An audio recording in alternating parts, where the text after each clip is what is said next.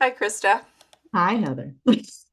So today we're doing a little bit of a flip flop because you and I were just on Zoom and you started ranting about things and not, no, I shouldn't say ranting. You started actually solving things and coming up with some wise solutions for some of the complexity in the world and some of the ways that we're messing things up. And I said, let's hit record right now because I want this. You want I this want on the record? Oh I want boy. this on the Okay. record. I want people to know your brilliance.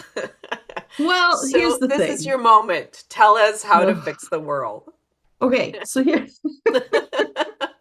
I have long said, Heather, that if people would just listen to us, everything would be so much better. Exactly. You But know this. listen, I know we're in a space where everyone's like, "Oh my God, like everything's collapsing. What do we do? What do we do?" You know what? I know, like this is what we're trying to do with our program. We're trying to figure out, like, lay some webbing to catch the stuff that's falling, right? When everything Yeah. falls apart, we're trying to establish this webbing underneath of grounded guides to sort of help move the next thing forward. But practically speaking, here's what I think.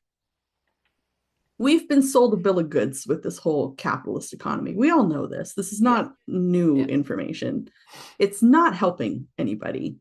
So what do we do? What do we replace it with? Well, in my opinion, what we replace it with is matriarchal collectivism. Yeah. Um, and I mean, studies have shown time and time again that when women are given finances and power and autonomy, they serve their collective communities. Yeah. They don't typically hoard power, they don't typically hoard resources.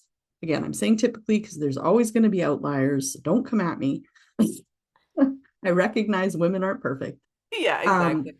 but generally speaking, we are more collectivist in the way we think. It's partly because of how we've been socialized, Yeah. partly because of the fact that we, generally are thinking about more people than ourselves by virtue of the fact that we often have children that we have to look after. The other thing I think we should do, as far as politics go, and I'm going out on a limb here, and I'm just going to say the way I think it should work is that public servants, politicians in particular, should be genuine public servants. And similar to jury duty, everyone who is eligible, their name should go in a pot.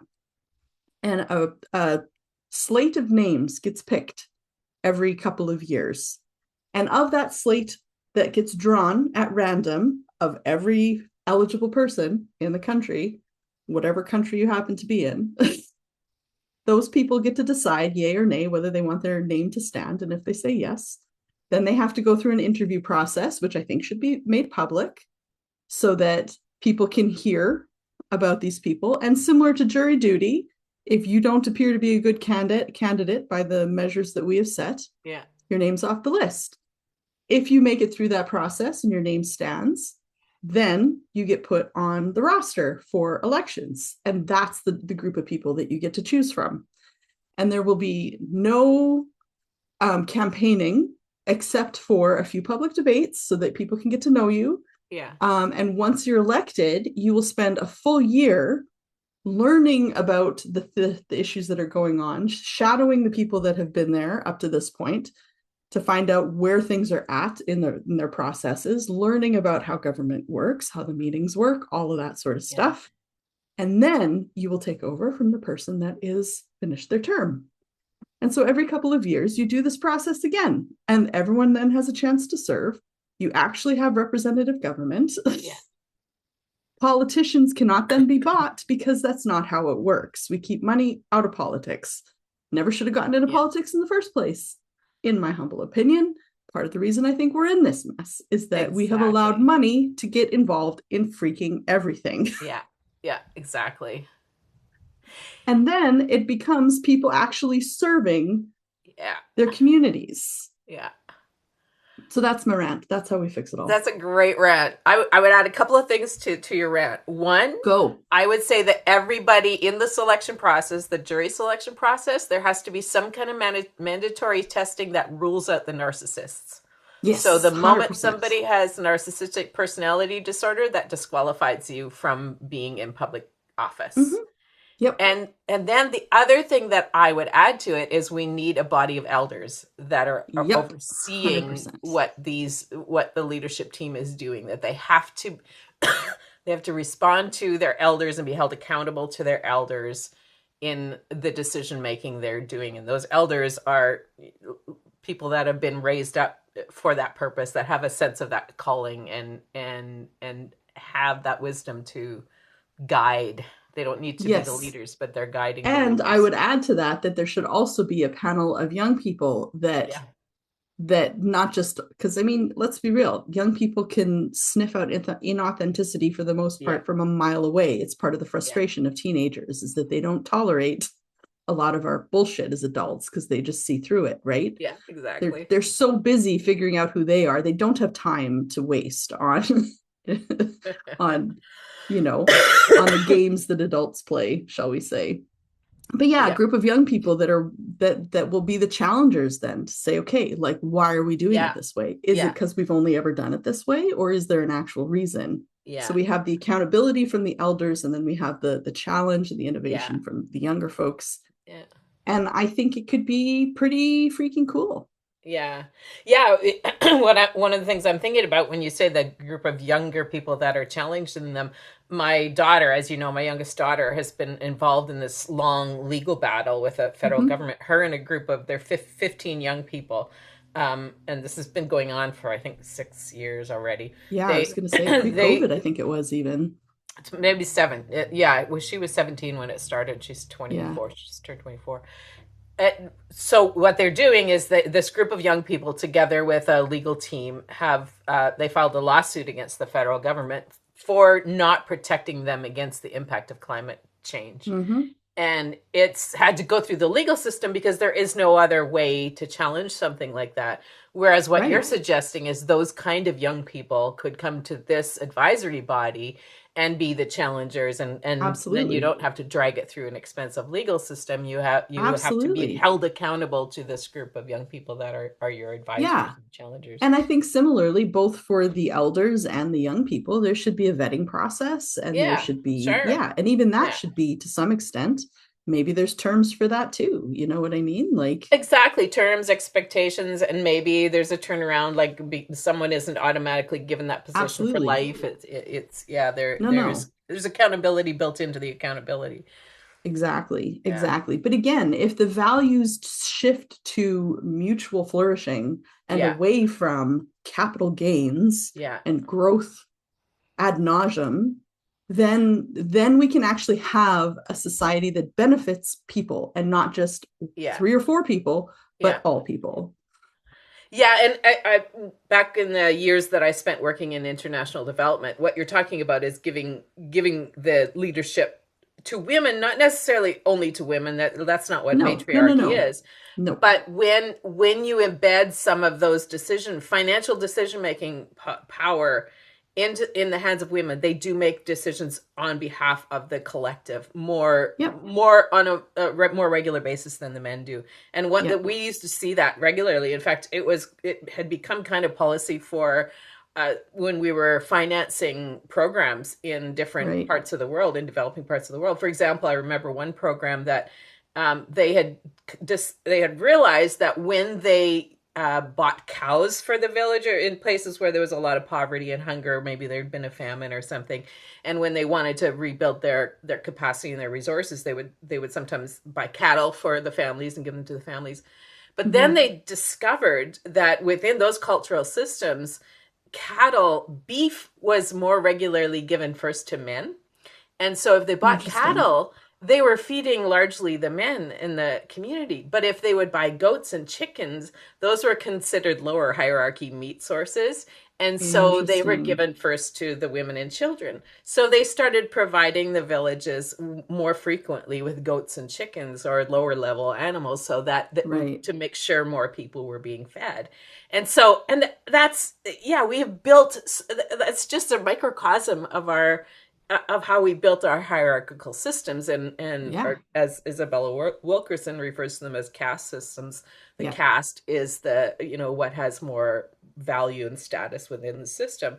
And yeah, we've built one where men, particularly white men, are the upper Yep. caste, and so they get the money and the power. But if you shift things and you give some power and influence and resources to the lower Yeah, caste, they're going to care for all of the people and flatten the caste totally. system That's to a right. certain Well, and extent. even that caste system is a bit of a lie because it's not all white cis men that have No, power. They are exactly. sold an illusion of power, It's an right? illusion. It is an Exactly. illusion of Yeah, power. And so they are exactly. clamoring for something that they will never attain. Yeah, And that's heartbreaking to me because it's like now yeah, you are in a cage of your own making to some extent, which is, women have sort of yeah, wrestled with that, especially white women. We've wrestled yeah, with that for a long time, right? Like we have this illusion of proximity to power that yeah. doesn't actually exist. And we see that playing out in the US right now with the firing of Kristi Noem and Pam Bondi, who are diehard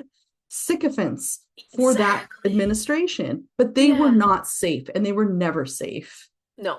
No, you And so don't that you illusion, that glamour is crumbling. there is no guarantee in that illusion No, within that illusion. And I mean, no. it's like a mirage that's always on the horizon that you're always Mm-hmm, reaching for. And you can see it in these people that are vying for power, how they are mm-hmm. continuously reaching for the mirage and being obedient to the illusion so that they have access to power. There is so much Yep, obedience in that system, which is so like much. so ridiculous because you see them as people with power and yet they are only have access to that power as long as they're obedient to the system. That's right. And they only have power because we have decided that capital is the be all and end all.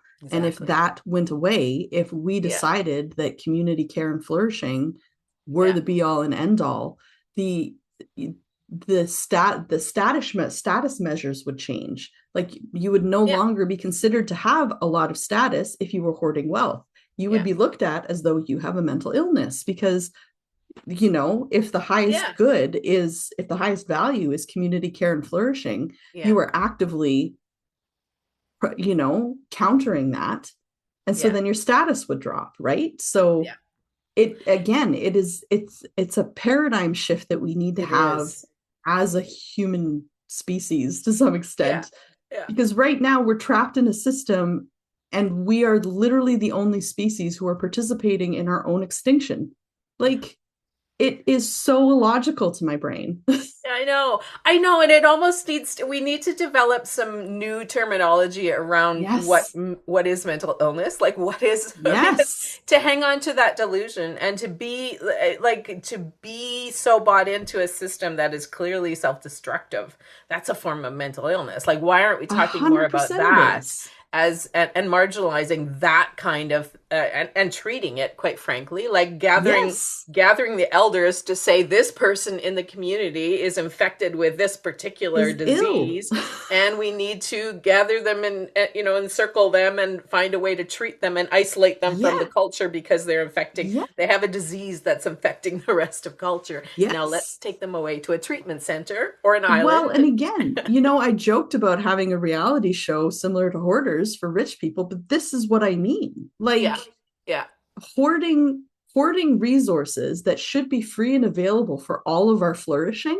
We're watching it now with the Artemis stuff, right? Like yeah, they are in awe of the planet that they are seeing, yeah, and they are not seeing our borders. They are not seeing our skirmishes. They're not seeing our skin colors.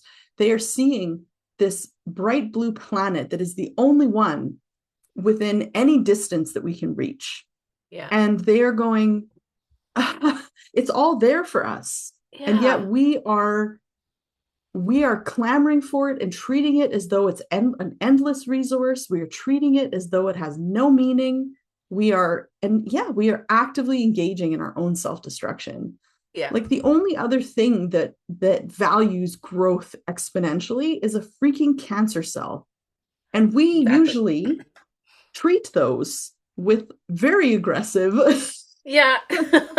radiations and other Exactly. medicines in Yeah. order to get rid of this thing that Yeah. grows exponentially. Yeah.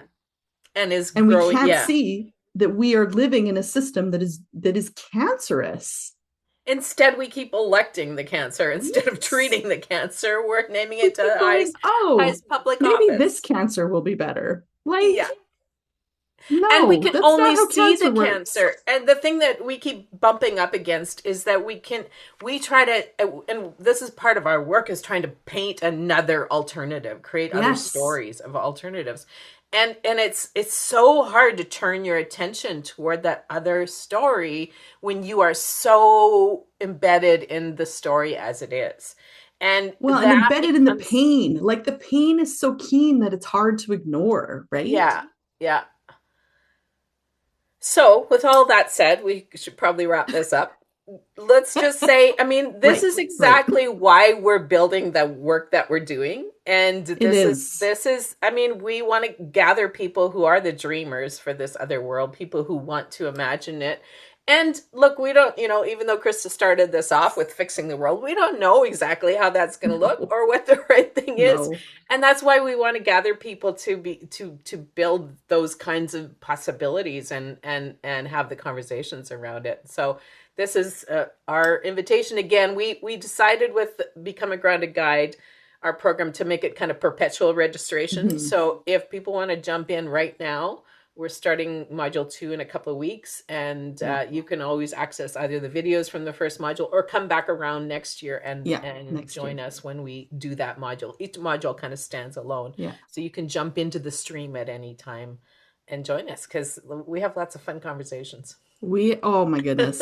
And I mean, I'm going to be honest, a lot of the ideas that I have about how to fix things have come out of these amazing conversations that we've had with Exactly. people, and Yeah. people literally all over the world who are, you know, brave enough to fail at trying something new, at dreaming of Yeah. something different. Yeah. And that's, I think, why I feel so fired up about it, because I've seen it work. I've seen it Yeah. happen. Yeah. Like I know that it's possible. And we're doing what we can to build our own little microcosm of it. Mhm. Like, and that's one thing we've talked about too, is like, how are we building the alternative Yeah, in the little system that we control?